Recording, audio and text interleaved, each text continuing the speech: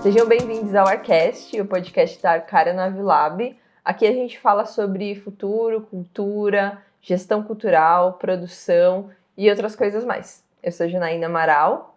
Eu sou Tato Sanches e a gente está no nosso terceiro episódio do Arcast. E hoje a gente vai falar sobre carnaval. Qual o tamanho dessa bagunça?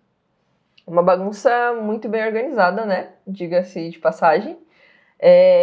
Algo que eu acredito que todo mundo gosta, né? Eu gosto, pelo menos, sei que você gosta também. E quem não gosta, inclusive, aproveita de outras formas, né? O feriadão. Carnaval tem isso, né? Muitas pessoas falam, mas eu não gosto de carnaval. Talvez a pessoa não goste de algum dos tipos de curtir o carnaval, porque o carnaval é tão plural, tem tantas formas de curtir ele, tem tantas formas de fazer o carnaval. Talvez a pessoa não goste de um dos tipos, talvez ela não tenha experimentado todos, talvez ela tenha algum tipo de preconceito. Mas se você é uma pessoa mais tranquila, não gosta, talvez você queira ir pra praia no feriado. Você vá pra praia no feriado, tire umas pequenas férias, fique assistindo sua Netflix. Ou se você tem uma cultura religiosa, talvez você até tire um tempo para fazer um retiro espiritual. Então eu acho difícil, quem não gosta do carnaval, principalmente se a gente adicionar ele, além da festa, essa questão de ser um feriado prolongado, e isso é uma coisa que o brasileiro gosta. Com certeza. E a gente queria trazer um pouquinho das dimensões que tem essa bagunça, né? Falando um pouquinho de dimensão cultural, né? O Tato já trouxe que tem várias formas de fazer, que tem muitos diferentes, né? No Brasil, então se comemora de formas diferentes. Tem também uma questão simbólica nisso, né? Quando você comemora de formas diferentes, você também tem olhares diferentes sobre o carnaval. Tem também uma questão narrativa aí, que é como o carnaval faz com que o Brasil seja visto no exterior, ou o carnaval, como você olha o carnaval de uma outra cidade, né? E às vezes você inclusive faz essa escolha de, eu prefiro o carnaval de tal lugar ao carnaval de outro lugar, né? Além disso, tem a dimensão econômica, né? Então, quanto isso gera de renda, o quanto isso gera de empregos, quanto tempo se trabalha para fazer acontecer uma festa tão grande. Todo impacto econômico, por aí vai, essa dimensão simbólica. Mas é isso, é um pouco difícil a gente entender a dimensão de um evento, de um processo cultural, de um movimento cultural tão grande, até porque não é um único movimento, ele acontece meio que no mesmo período, embora esse período que era para ser de 3 dias, 4 dias, ele é estendido e às vezes passa a ter uma semana, 2 semanas, um mês, e aí vai depender do lugar também, mas é bastante difícil entender a dimensão completa do carnaval, porque o carnaval, ele aqui em São Paulo, ele é de rua, com blocos, e ele é também no sambódromos e filhos das escolas de samba. No Rio de Janeiro é um pouco parecido, mas também tem os bate-bola, além dessas duas coisas que eu acabei de citar. Nos interiores você vai ter outras formas ainda, tanto do Rio quanto de São Paulo, de curtir isso. Quando Salvador já é um carnaval de trio elétrico, que é uma outra coisa, com a pipoca e por aí vai. Também é um carnaval que acontece muito na rua, mas tem, enfim, tem o carnaval de salão, tem o carnaval dos bonecos de Olinda, tem muitas, muitas formas de fazer o carnaval. Inclusive formas que parecem até que não são as tradicionais que já estão aí. Tem carnaval, então, tem carnaval trance, tem carnaval do rock, tem tudo quanto é tipo de forma de curtir o carnaval. Então é difícil entender a dimensão, todas essas dimensões, inclusive a cultural, a econômica, a simbólica, por aí vai, porque envolve muita coisa, né? Sim, e aí o mais importante acaba sendo o fio condutor, ou seja, o motivo pelo qual aquela festa está acontecendo, né? Como você até tinha falado quando a gente estava conversando sobre isso, que no fim o importante é o porquê a gente está celebrando aquilo, né? Então a gente está num momento ali de expurgo, de libertação, de talvez se livrar de alguns preconceitos que a gente acaba tendo em outros momentos do ano. E isso abre espaço para bastante diversidade também, diversidade de pensamento, diversidade de comunidades que se formam, de modos de fazer e de interações também que a gente tem entre diversos grupos culturais de uma mesma cidade, às vezes, né? Tanto que o carnaval de bloquinhos aqui de São Paulo, por exemplo, ele vem crescendo pelo menos assim, os últimos 5 anos ele vem crescendo vertiginosamente, né? E tem bloquinho de tudo quanto é jeito. Do lado de um bloquinho de jazz tá rolando um bloquinho de samba, do outro lado tem um de pagode, do outro tem o das caminhoneiras, e é todo mundo junto, misturado e aproveitando, né?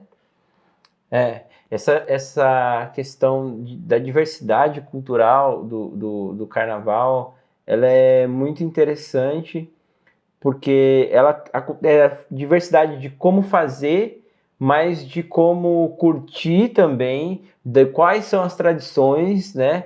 Então, um lugar é máscara, outro lugar é jogar farinha um no outro lugar é a festa é ficar todo mundo junto, próximo a um bar, ou andar tipo alguns quarteirões com uma banda, ou com uma bicicleta, um carro de som pequeno, com seu pequeno grupo, curtindo o tipo de música que você quer. Então, é uma questão de diversidade muito, muito grande, difícil também falar de todas elas. Eu não vivi todos os tipos de carnaval que o Brasil pode me oferecer, né? Um país continental. E é isso, tem essa dimensão que você fala, por exemplo, é um momento para a gente aproveitar a diversidade e tudo mais, e qual é o fio condutor, né? Eu acho que o fio condutor do carnaval é essa celebração, talvez seja uma das maiores celebrações do Brasil. Eu sei que a gente também tem o São João, que é bastante forte também, e aí tem o fim de ano, que também junta Natal e Ano Novo, mas o carnaval é muito potente, o Brasil é conhecido por isso, as pessoas desejam isso, as pessoas se planejam para isso, passam o ano inteiro se planejando para isso. Então, qual é, né? Qual é esse fio condutor? Voltando um pouco nisso, eu acho que é poder festejar, se sentir mais livre, um lugar de expurgo, testar limites, estar próximo das pessoas. Por isso o carnaval foi muito difícil e também, na maioria dos casos, foi cancelado durante a pandemia, né? Porque é isso, essa é a dimensão, talvez seja o fio condutor dentro de toda essa diversidade de como curtir, como fazer o carnaval. Tem a ver com o encontro, né? Com a troca. Também. E eu acredito que, assim, essa troca, esse encontro, ele tem uma dimensão econômica muito forte para o nosso país, que muitas vezes é pormenorizada. Então, a gente tem até alguns dados que a gente gostaria de trazer aqui para vocês, mas que eu tenho quase certeza que ele acaba ficando subestimado, principalmente porque, como tem muitas dimensões, muitas camadas empilhadas aí que constroem o carnaval, o que acaba acontecendo é que você não consegue mensurar tudo isso. Você consegue, às vezes, rastrear, né, entender qual é o caminho do dinheiro, mas até um determinado ponto, principalmente também porque, infelizmente, na cultura a gente tem essa questão, né, de informalidade. Então a gente sabe que tem uma cadeia produtiva muito bem estruturada no carnaval, mas conforme a gente vai chegando na base, quanto mais na base, mais informal. Então, chega aí, a gente para de conseguir rastrear esse dinheiro que deveria estar sendo colocado na conta do que o carnaval movimenta economicamente no país, né? Sim, até os dados econômicos ficam um pouco anuviados ou imprecisos nesse caso, né? Sim. Então, mas vamos lá, é difícil dar essa dimensão e pelo que a gente acabou de explicar, economicamente também, mas aqui a gente tem uma certa dimensão para dar econômica. Eu vou então dizer alguns dados que a gente anotou aqui, que a gente pegou sobre o carnaval, alguns poucos, porque a nossa ideia não é fazer algo jornalístico ou antropológico sobre o carnaval, a gente não tem essa pretensão, é mais para a gente ter alguns dados e comentar, Debater, né? E debater e por aí vai. Então, vamos lá, em 2020, a cidade de São Paulo tem uma estimativa de ter, com o carnaval, só a cidade de São Paulo, ter movimentado algo em torno de 3 bilhões de reais, com um público estimado de 15 milhões de pessoas. Esses dados são de 2020 porque a gente acabou de passar, ou entre aspas, teoricamente acabamos de passar pela pandemia. A gente sabe que ela não passou, mas que está muito melhor. E a gente teve alguns momentos, né, dentro desse período que o carnaval não pôde existir, então não seria justo medir por esses momentos. Então os dados são de 2020 por causa disso, que foi o último carnaval a todo vapor, vamos dizer assim, que existiu antes da pandemia. Na cidade do Rio de Janeiro, em 2020, a estimativa é de uma movimentação de 4 bilhões de reais com o carnaval, só na cidade do Rio de Janeiro. O envolvimento de 45 mil profissionais para fazer o carnaval acontecer, dos mais diversos tipos, de servidores públicos, técnicos, artistas e por aí vai, com um público estimado de 6 milhões de pessoas. Em Olinda, Recife e Salvador juntas, tem uma estimativa de público de 22 milhões de pessoas. Então a gente trouxe um pouco de dados financeiros, econômicos, e um pouco de dados também que tem a ver com quantidade de público e por aí vai.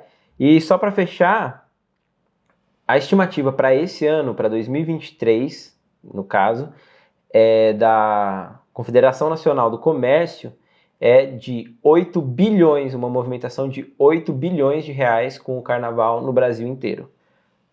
E aí, se você for pensar que se em 2020 só a cidade de São Paulo movimentou 3 bilhões, só a cidade do Rio de Janeiro movimentou 4 bilhões, 8 bilhões num ano é uma estimativa muito baixa, né? Eu sei que tem toda uma matemática feita ali, todo um cálculo estatístico que a gente não quer. A gente não quer entrar nesses pormenores. Até. Mas se a gente for comparar, né? Poxa, só 2 cidades movimentaram 7 bilhões. A estimativa desse ano é 8. Eu acredito que a gente vai ultrapassar com louvor essa estimativa nesse carnaval. Eu acho que tem uma questão da retomada também. A gente ainda está retomando o carnaval, né?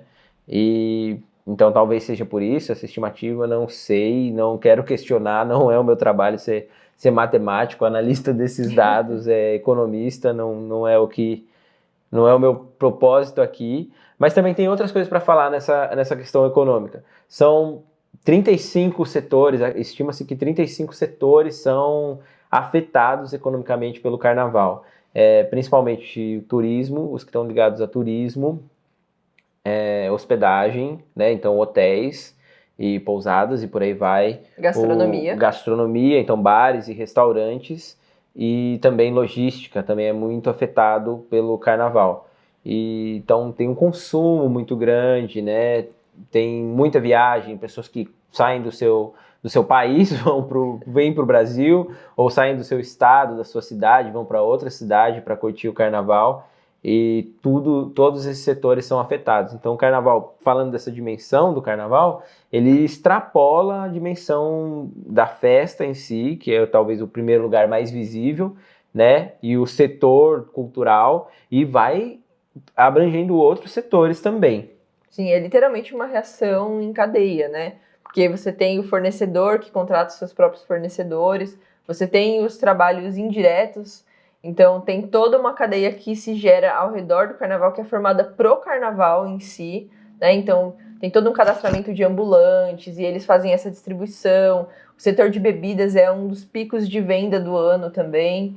E, inclusive, falando do setor de bebidas, tem também a dimensão e o impacto negativo, né, do carnaval. Sim. Que quando a gente está fazendo uma análise de tantas dimensões diferentes, fica quase que impossível da gente não falar dos impactos negativos, né? É isso. A gente falou no primeiro podcast que a cultura é esse campo de debate, né? De disputa. Né? Então é isso, tem que falar do potencial positivo, das coisas que a gente gosta, e tem que falar das coisas que também não dão muito certo, que são problemas e que a gente tem para resolver. O carnaval é um momento onde acontecem muitos abusos no uso de substâncias, principalmente o álcool, muito abuso. Isso gera um aumento de acidentes de trânsito, isso gera um aumento do índice de violência, de brigas e por aí vai. Não só o uso do álcool, mas é muita gente junta, é muita forma de pensar diferente, e também o álcool. Tem uma questão da hipersexualização também, sim, que infelizmente o mainstream acaba se apropriando um pouco disso e se aproveitando, né, desse momento. Infelizmente a gente também sabe que isso passa por outras questões de preconceitos estruturais que a gente tem no nosso país, como o racismo, o machismo. Então, o carnaval ele não é isento dessas questões sociais estruturais, então isso afeta também, mas acaba sendo algo que é comum para algo tão grande e que a gente tem que olhar como pontos a melhorar quando a gente está fazendo uma análise, né? Então, como no último episódio a gente tinha falado, poxa, quais são as ferramentas que você pode usar para suprir essas necessidades e melhorar o que você está fazendo? No caso do carnaval, acho que é o mesmo. Como é que a gente sana esses problemas? Como é que a gente resolve isso, né? Sim, como é que a gente amplia o que a gente gosta e como é que a gente resolve. Por completo, num país continental, numa festa tão gigantesca, talvez seja utópico, mas eu gosto de utopia, então, por completo, por que não? Mas é isso, passa sim por questões estruturais, questões que estão enraizadas na nossa sociedade, na nossa cultura, que é o machismo, que é a objetificação do corpo, principalmente das mulheres, o racismo, a desigualdade. O nosso país é um país muito desigual e no carnaval você também vai ver isso acontecendo, né? Eu acho que o carnaval escancara um pouco essas questões, né? Sim. É um momento de mais liberdade e tudo mais, então de repente alguém acha engraçado fazer o uso de uma fantasia que é machista ou que é homofóbica, né? E aí isso fica escancarado também. Além da desigualdade, porque você vai ver quem está servindo e quem está curtindo também no carnaval. Acho que as pessoas que estão servindo também arrumam suas formas de curtir, mas fica claro e escancarado quem é o povo que está servindo no carnaval, que geralmente é o povo negro, né? O povo negro geralmente é quem está servindo, porque é isso, nosso país é desigual, é racista, tem toda essa construção e o carnaval não fica isento disso, embora também tenha momentos de protagonismo negro, isso seja incrível, a gente também tem essa questão, né, de ver a desigualdade acontecendo, de ver as mazelas da nossa moral e da nossa ética ali escancaradas também no carnaval. Mas isso não diminui o carnaval, não diminui a potência do carnaval, também a potência do carnaval não diminui isso. Acho que são duas coisas que pertencem à mesma coisa, que coexistem e que a gente tem que fazer como você disse. Vamos focar no que é bom, no que faz bem, no que é interessante, no que a gente quer que continue. Ser um momento de liberdade, de ser um momento de celebração. Vamos fazer isso ficar cada vez melhor. E vamos focar também em entender quais são os nossos problemas estruturais, quais são os problemas que são gerados especificamente por uma festa dessa dimensão, pelos excessos que se cometem nesse tipo de festa, e vamos trabalhar eles também para minimizar ou acabar com eles, né? Sim, e inclusive, pensando nessa questão de diversidade que o próprio carnaval traz, a gente sabe que o senso de comunidade que o carnaval gera, o senso de coletividade que o carnaval gera é algo que não acontece em tantos outros movimentos. Uhum. Né? Você tem ali um grupo, um coletivo, que tem o mesmo foco durante um ano inteirinho, né? Então eles estão ali trabalhando nos ensaios, montando fantasia, montando carro alegórico e ao mesmo tempo, né, de certa forma tratando um pouco dessas questões sociais, né? Então a gente tem vários grupos que são de pessoas negras, grupos que são LGBT e que estão desfilando e que estão ocupando esses espaços que muitas vezes não estão ali no mainstream, mas que têm um potencial gigantesco, né, e que têm tomado cada vez mais o protagonismo nos carnavais. Eu acho que você cita assim, de ter, talvez não ter tanto em outras culturas, eu acho que em outros movimentos culturais, né? Eu acho que se você tem um movimento cultural permanente, né? Se você faz um festival, se você tem um grupo de teatro que tem encontro permanente e tudo mais, você vai conseguir experienciar esse tipo de foco num objetivo, troca, capacidade de trabalhar temas comuns e por aí vai. Quando você está mais isolado é um pouco mais difícil, mas o carnaval tem sim essa dimensão e isso é incrível e outros movimentos culturais podem ter, mas tem a ver com essa permanência que o carnaval tem, né? Porque o carnaval não acontece ali naqueles 3 dias ou um mês. O carnaval ele acontece, para quem vive a cultura do carnaval, ele acontece o ano inteiro. planejando, é construindo o novo samba, ou a nova marchinha, ou a nova fantasia, ou descobrindo como vai ser a estrutura da festa, e por aí vai, como fazer a logística. E isso é pensado, a pessoa vive a cultura do carnaval, né? Tem muitas pessoas que vivem a cultura do carnaval.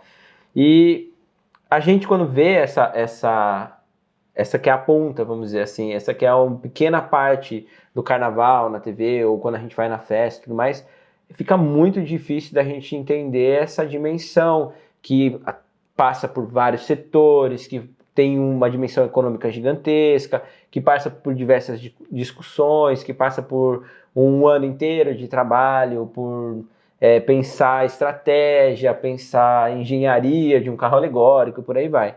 Então, geralmente, se a gente olha para o produto, vamos dizer assim, para o resultado do carnaval, a gente está olhando para uma parcela bem pequena do todo, da dimensão Sim. toda que tem essa bagunça. E, inclusive, esse assunto, ele veio quando a gente percebeu que é algo pouco debatido, né? Você vai ouvir sobre o lazer que isso gera, você vai ouvir sobre quais são os grupos que estão participando, mas talvez você não consiga, pelo menos no mainstream, ver todos esses detalhes sendo pontuados, né? Então, se no carnaval, que é algo tão grande, que dura quase um mês, né? E que tem uma produção de um ano inteiro, é difícil de mencionar, de debater, de encontrar informações sobre, né? E inclusive essa mensuração econômica sendo feita. Imagina como é analisar o seu próprio trabalho, por exemplo. Você conseguir encontrar todas as camadas e todas as subjetividades que tem no seu próprio trabalho. Como é para uma pessoa entender qual a dimensão do impacto de uma peça, de um grupo, né, ou de uma coleção de arte, né, de quadros de um pintor, de uma pintora, de um pintor e por aí vai. Como fica difícil de mencionar às vezes, né? E aí trazendo esse que tem uma dimensão tão grande, a gente traz também essa questão, que inclusive é uma questão que a gente quer deixar para vocês. Qual é a dimensão da sua bagunça? Você consegue ver, entender qual é a dimensão da sua bagunça? Você acha que o público consegue entender a dimensão da sua bagunça? Você está pensando sobre isso? Divide isso com a gente está muito interessado em falar sobre isso, entender como você vê, como vocês veem essa questão do carnaval e também da dimensão da sua bagunça, seja ela qual for a sua bagunça cultural. E lembrando que aqui no Arcast a gente acaba só dando uma arranhadinha na superfície. Como a gente já falou no primeiro episódio, às vezes são debates que a gente fica dias conversando sobre, vai e volta, pesquisa e conversa um pouco mais. Então, esses 20 minutinhos que a gente tem aqui para trocar com vocês é só essa arranhadinha, mas a gente quer ouvir de vocês também o que vocês acham desse debate, como vocês podem contribuir. E a gente se vê no próximo Arcast. Comenta, curte, compartilha se você achou interessante compartilhar para que outras pessoas possam contribuir. Segue a gente nas nossas redes sociais, Arcadia Navilab, a gente está começando, vai ser um prazer ter você com a gente. Inclusive falou desses 15 a 20 minutinhos, nós já passamos um tanto para você ver como é difícil falar disso tudo nesse pequeno tempo. Para a gente é difícil até mesmo falar de outros assuntos que talvez não tenham toda essa dimensão em pouco tempo, porque a gente realmente gosta muito disso e passa um tempão falando disso. Então, para encerrar, queria agradecer a todo mundo que assistiu e a gente se vê na próxima. Até mais.